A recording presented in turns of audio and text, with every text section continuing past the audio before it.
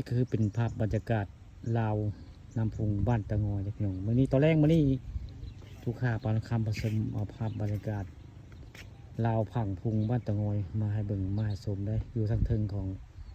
พญาตะงอยบ้านตะงอยกันนี่คือน้ำพุงบ้านตะงอยหรือว่าน้ำพุงบ้านน้ำพุงสามัคคีแหละนี่ตอนบ่ายใกล้ค่ำวันนี้เอาภาพบรรยากาศลาวน้ำพุงบ้านตะงอยได้นี่มาให้เบิ่งมาให้ชมกับเจ้าหากระสร้างแล้วเด้หากระสร้างแล้วแหละนี่คือเป็นลาวน้ำพุงบ้านตะงอยอำเภอตะงอยอยู่ทางเทิงของพญาตะงอยได้นี่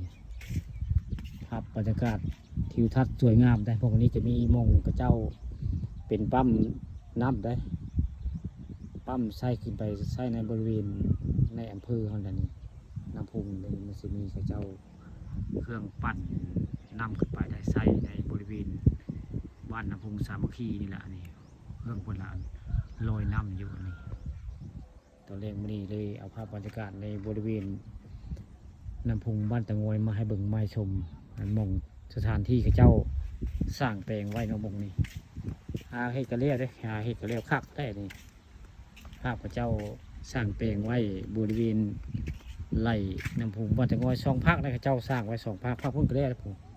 ภาคพุ่นกับผังหนึ่งกระเลียวนะมันเป็นลาบนี่แหละของผังพุ่นกับเวทนี่กันได้นี่คือน้ำพุงสวยงามอยู่บริเวณน้ำพุงบ้านน้ำพุงสามัคคีพี่น้องหมู่นี่ก็คือภาพบรรยากาศตอนเลงนะตอนเลงใกล้สีค่ำไว้ง่ายนี่ผู้ข่าปานคำผสมเอาภาพบรรยากาศตอนเลงนะลาวบันไดดูไหมลาวน้ำพุงพี่น้องลาวน้ำพุงบ้านตะงอยอำเภอตะงอยล่ะนี่ก็เจ้าเฮ็ดรายการพังได้ปีนี้รายการพังแล้วก็ไส้เล็กได้โหเล็กครอบหินไว้ได้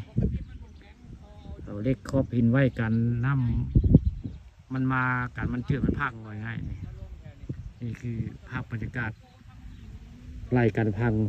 บ้านน้ำพุงสามัคคีนะพี่น้องคักเลยพระเจ้าเห็นไว้งามคักเลยอยู่ทางเทิงของพญาตะงอยนี่แหละคือรายการพังทางย่างสวยงาม